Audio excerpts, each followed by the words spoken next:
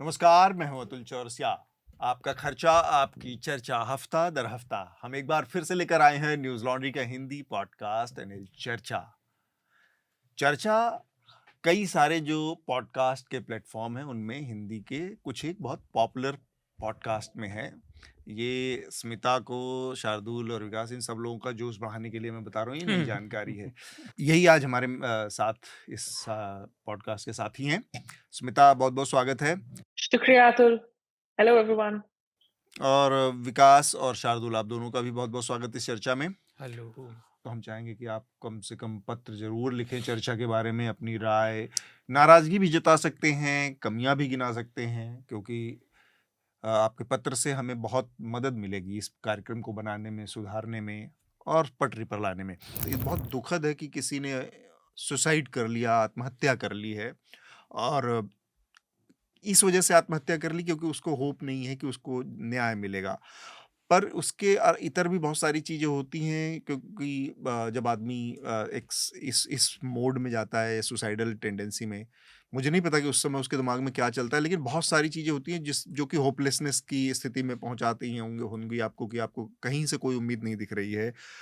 तो उस स्थिति में कितना आपके जो निर्णय की क्षमता है या जो आप बात कह रहे हैं, उन सारी बातों में कितनी सच्चाई है, कितनी गंभीरता है, कितनी तथ्यपरकता है, वो सारी चीज़ें को देखते हुए मेरे दिमाग में कुछ चीज़ें, सवाल उठे, और मैं चाहूँगा कि इसमें थोड़ा स्मिता भी इसको नज़रिए से देखे। एक चीज़ जो समझ में आई हमारे, कि एक डावरी का जो है या दहेज का मामला है, या जो एलिमनी है, या सेटलमेंट है, ये सब के मिसयूज़ का मामला ऊपरी तौर पर नज़र आता है। अब उसमें एक बात ये सामने कि टेलीविज़न मीडिया का रोल क्या है? तो वहाँ पर मुझे जो चीज़ समझ में आती है कि जिस तरह से सेंसेशनलाइज़ किया गया है, और 24 घंटे, मैं परसों से देख रहा हूँ, आज तीसरा दिन है और आज भी कुछ चैनल इसको रगड़ रगड़ रहे हैं।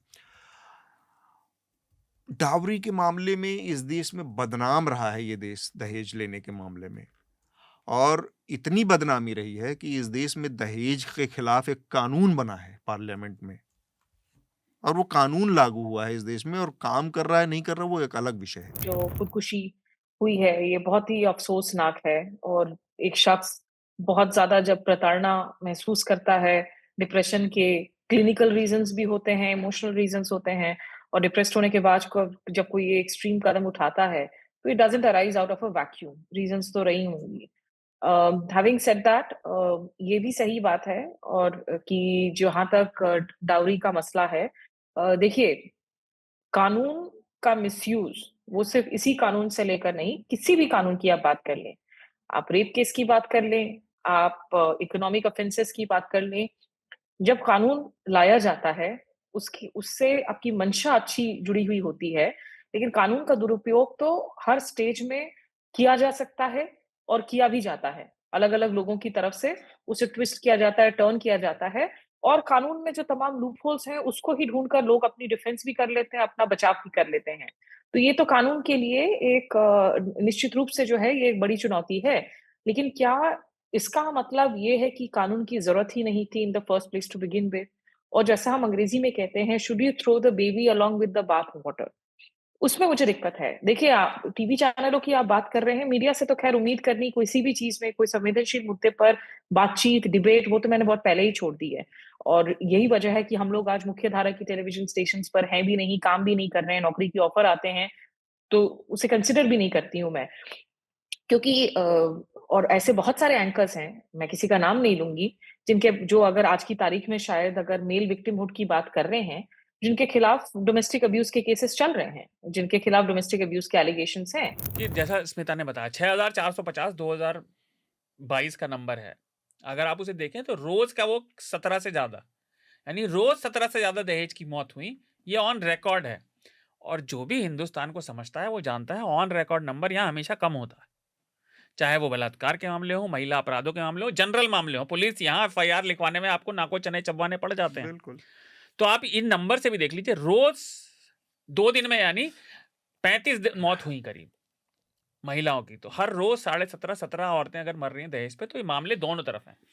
कोर्ट लगातार, ये बात ठीक है, मुंबई हाई कोर्ट ने भी कहा था, मद्रास वाले ने भी किया था, सुप्रीम कोर्ट ने भी कहा है कि वकीलों के दबाव में आके या अन्य कारणों से 498 जो दहेज विरोधी कानून है, इसके मिसयूज के मामलों में बहुत तेजी से बढ़ोतरी देखी गई है। तो वो रिफॉर्म जो हम बार बार कहते हैं, भारत के तंत्रों में रिफॉर्म बहुत दिन से लटका पड़ा है। 2021 के आंकड़े हम एनसीआरबी के 81,000 आदमियों ने सुसाइड किया। 35% उसमें से यही मामले थे जिन पे फर्जी दहेज के मामले थे और या पारिवारिक मुकदमे थे, मतलब 2,500 के करीब। तो वो भी आंकड़ा ठीक ठाक ही हाँ, है तो मैं वही कर रहा हूँ ये कि हर रोज जो है उतने ही अगर औरतें मर रही हैं तो आदमी भी उतने ही मर रहे हैं। अब उसको हमें देखो, तरीके से उसमें बैलेंस करने की ये देखने की हमारे जरूरत है। सिस्टम की नहीं, नहीं, नहीं, इनएफिशिएंसी है कि वो हाँ। जाली मामलों को रोक नहीं पा रहा है। नहीं, ये नहीं, कानून नहीं, की और कमी वो नहीं है। न्याय में मिलने वाले समय की भी एक नहीं बात नहीं है ना नहीं कि नहीं नहीं नहीं, हाँ एक इसमें बहुत, क्योंकि अब ये ऐसी बात पे के हाँ, मौके हाँ, पर ये डाटा है, तो इसको जी। बहुत यहाँ क्लैरिफाई करने की जरूरत है कि 35,000 पुरुषों ने सुसाइड किया। 81,000 पुरुषों ने 81 सुसाइड किया। 35% 81,000 मामले जो है पै- घरेलू और फर्जी मुकदमों से जुड़े थे, पारिवारिक विवाद से। पारिवारिक मतलब विवाद और 2021 इसे। मामले अब आसपास। ये ऐसी चीज है 35% 81 में से कि अब आप इसमें ये नहीं कह सकते कि ये किस तरह के फर्जी के किस तरह, हाँ, किस वही, तरह के वही, मामले हैं। तो वो एक तो न्याय ये नहीं सेंस जाना चाहिए कि ये हम्म। उनके ऊपर मतलब पुरुष उसमें विक्टिम हो सकता है, हाँ, बिल्कुल हो लेकिन हो सकता है, लेकिन वो पत्नी के जरिए हो सकता है उसमें चाचा जमीन की लड़ाई हो, परिवार की लड़ाई हो, ससुराल की लड़ाई हो, कि 50 तरह की फैमिली में इक्वेशंस होती हैं। पूरा मिडिल ईस्ट का जो इलाका है, जो पश्चिम एशिया का हम कहें, हमारे लिए तो पश्चिम एशिया ही है।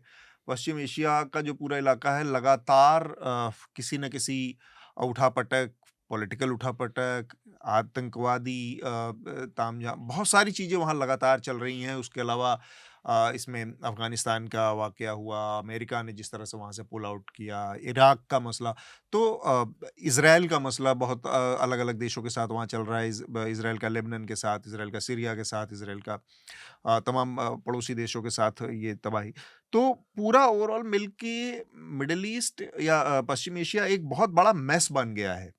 और अब उसमें सीरिया में एक ये बदलाव जो है, विद्रोहियों ने कब्जा कर लिया है और बशर अल-असद को भागना पड़ा और वहाँ से वो रसिया में जाके उन्होंने शरण ली है, पॉलिटिकल असाइलम उनको मिला है। क्योंकि देखिए अभी जो हुए हैं उससे जो सबसे बड़ी बात हुई है कि निश्चित रूप से ईरान की जो पकड़ है इस पूरे क्षेत्र में, वो अब बेहद कमजोर हो गई है।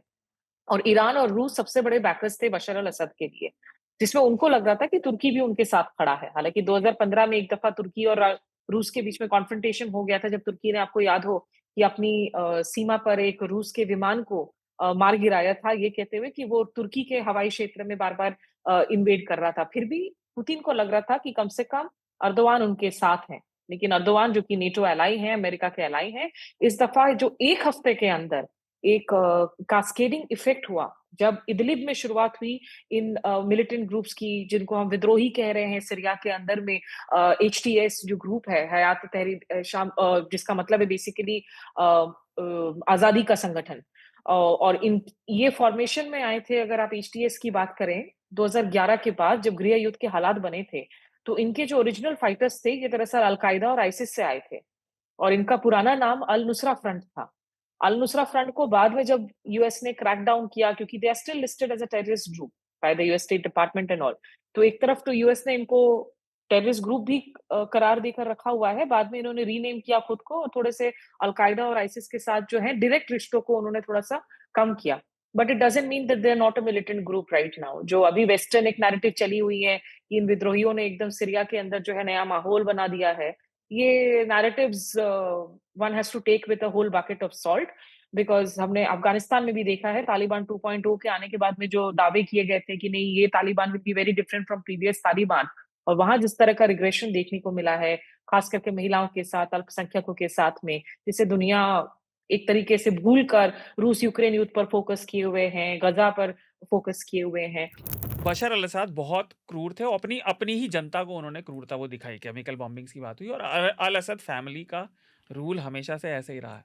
जो ईरान की बात स्मिता ने बताई, वो बात सही है, क्योंकि क्या था, ईरान के पास पूरा रास्ता था, जो जिसने अब ये बशर अल-असद को और जो रिजीम को हटाया है, क्या नाम है उसका? HTS नहीं, एचटीएस तो संस्था का नाम है, अल गुलानी। जुलानी जो जुलानी और जुलानी गोलानी दोनों है, वो अब जुलानी हो गया है, वो पहले गुलानी था। और उसका मैंने गुलानी इसलिए बोला क्योंकि 2016 तक वो अलकायदा के साथ था और वो हाँ बताता है खुद को कि वो नेटिव, उसका मतलब होम टाउन है वो गोलान हाइट्स से, जो इजराइल में लगा हुआ है। और जो मैं कल रात पढ़ रहा था, अभी पुष्टि नहीं हुई है इन खबरों की, कि इजराइल की मूवमेंट ऑलरेडी शुरू हो गई है गोलान हाइट्स पे जाने की। गोलान हाइट्स उनके लिए बड़ा इंपॉर्टेंट है क्योंकि एक बार तो वो टेरिटरी कब्जा लेंगे इजराइल वाले, तो वैसे ही नहीं छोड़ते इस क्षेत्र में। इलाहाबाद जो हाई कोर्ट है उसके जस्टिस थे शेखर यादव। दूसरे तरह के तानाशाह। हाँ, उनके शेखर। वो तानाशाह क्या, मुझे लगता है कि मतलब इस पर हो सकता है कि कंटेम्प्ट ऑफ कोर्ट या ऐसा कुछ भी आ जाए। विश्व हिंदू परिषद का कार्यक्रम है, जी। वो संस्था है जो खुलेआम मुसलमानों के खिलाफ विद्वेष फैलाने, हिंसा फैलाने, हर चीज को वो समर्थन करती आई है, कार्यक्रम करती आई है। ऐसे किसी संस्था के कार्यक्रम में एक हाईकोर्ट के जज का जाना, और फिर जाने के बाद वहां जाने का फैसला तक तो लोगों को लग रहा था कि जज हैं, इनको थोड़ा सा समझाना चाहिए, लेकिन जाने के बाद उन्होंने जो बोला वो ऐसा लगा कि ये तो मिट्टी से मिट्टी मिली, खून से मिला खून। अगर ये विश्व हिंदू परिषद का कार्यक्रम ना भी हो तो जज साहब जो कह रहे हैं कि मेजॉरिटी जो कह रही है वो होगा, ये इस देश की कानून व्यवस्था की मूल चीजों के खिलाफ है बातें। संविधान दिवस, आज संविधान पर बहस हो रही है पार्लियामेंट में, बाय द वे उसके खिलाफ है। है ना? जिस कानून को वो इम्प्लीमेंट करवाने का उनका दायित्व है, जो वो लंबे समय, भाई हाई कोर्ट का जज बनना इतना आसान नहीं होता। वो डिस्ट्रिक्ट कोर्ट में जज रहे होंगे, वो सरकारी वकील रहे होंगे। आप देख सकते हो उन्होंने कैसे प्रैक्टिस की होगी, उन्होंने जो अपने नीचे लोग ट्रेन किए होंगे वो कैसे ट्रेन किए होंगे। तो ये एक सिस्टमिक प्रॉब्लम है कि ऐसे लोग ऊपर तक पहुंच जाते हैं और पता नहीं चलता। पता तब चलता है जब उनकी जबान फिसल जाती है किसी दिन। अब वो राजस्थान वाले भी रिटायर होते होते क्या क्या गए थे एक दिन पहले। हाँ, बिल्कुल आखिरी दिन उन्होंने कहा ऐसे ये है। इनका भी जैसा स्मिता ने कहा और हम भी बात कर रहे थे, वो पिच तैयार कर रहे हैं क्योंकि जस्टिस गोगोई ने सबको दिशा दिखाई है। मुझे तो उनकी बात सुन के वो गाना याद आएगा, मोरनी बागा में नाचे आधी रात में। हाँ भैया अरे वो श्रीदेवी का गाना, आप ऐसा मत कहिए बचपन के। तो यहाँ पर ये खबर जरूर आई कि रोस्टर बदल दिया गया है, जिसको हाँ। मैं समझने की कोशिश कर रही थी। और एनके सिंह से बातचीत कर रहे थे अजीत अंजुम, क्योंकि काफी लोग कह रहे थे कि रोस्टर बदलने से क्या होता है, ये तो वही है कि किसी पुलिस अफसर के खिलाफ अगर बहुत संगीन आरोप लगे हों, आपने उनको जो है सो ट्रांसफर कर दिया, तबादला कर दिया। तो इसमें एनके सिंह जी का जो कहना था, उनका कहना है कि आप इसको इस नजरिए से देखें कि एक जज जो 5 साल से जज हैं, आप अगर आपके पास में बहुत गंभीर मामलों के केसेस आते हैं, जो बेल से जुड़े हुए केसेस हैं, क्रिमिनल मामलों में, सिविल मामलों के नहीं, जो बहुत गंभीर आरोपों वाले केसेस हैं, जिसके आउटकम्स जो हैं वो बहुत ज्यादा गंभीर हो सकते हैं, उस तरह के केसेस आपसे ले लिए गए हैं। ये जज जब सोमवार को आप बैठेंगे वापस से उसी अदालत में, तो उस तरह के जो गंभीर मामले हैं वो दरअसल उस जज को ट्रांसफर हो जाएंगे जो अभी 1 महीने पहले वहां पर जज बने हैं। एक सर बेंगलोर प्रिंसिपल करके एक चीज़ है, और एक है रीस्टेटमेंट ऑफ वैल्यूज, जो जुडिशियल लाइफ, जो ओवैसी जी ने पत्र लिखा हो उसका जिक्र किया था कोट एंड कोट करके। तो मेरा इंटरेस्ट हुआ कि ये क्या चीज़ है, तो मैंने थोड़ा पढ़ा तो पता लगा कि भारत सरकार ने 7 मार्च को 1997 में एक नियम कायदे तय किए कि किस तरीके से जो न्यायाधीश हैं, जजेज हैं, उनको करना चाहिए। उनका फिर conduct क्या होगा। कंडक्ट क्या होना चाहिए। फिर 7 मई को सुप्रीम कोर्ट ने वो एक्सेप्ट कर लिए, और उसकी बिल्कुल पहली लाइन यही है कि कोई भी जज जो है वो ऐसा कोई आचरण नहीं करेगा कि उसकी निष्पक्षता और विश्वसनीयता पर सवाल उठे। तो बिल्कुल पहली लाइन जो कंडक्ट की है वो कोई भी आदमी कैसे भूल सकता है। मुफ्त में बस इतना ही। अगर आप पूरी चर्चा सुनना चाहते हैं तो न्यूज़ लॉन्ड्री को सब्सक्राइब कीजिए, और सबसे बेहतर तरीका यह है कि आप हमारे ऐप पर इस पॉडकास्ट को सुनें, और तमाम हमारे जो पॉडकास्ट हैं उसको हमारे ऐप पर सुनें। यह गूगल प्ले स्टोर और एप्पल स्टोर पर सब जगह उपलब्ध है। न्यूज़ लॉन्ड्री किसी भी तरह का विज्ञापन नहीं लेता, ना किसी राजनीतिक दल का, ना किसी सरकार का, ना किसी कॉरपोरेशन का।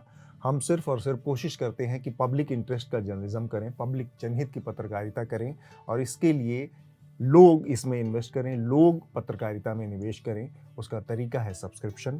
तो सब्सक्रिप्शन के हमारे टैग पर जाइए, वहाँ पर अपनी मनचाही रकम पे कीजिए और न्यूज़ लॉन्ड्री का सब्सक्रिप्शन लीजिए, और गर्व से कहिए, मेरे खर्च पर आज़ाद हैं खबरें।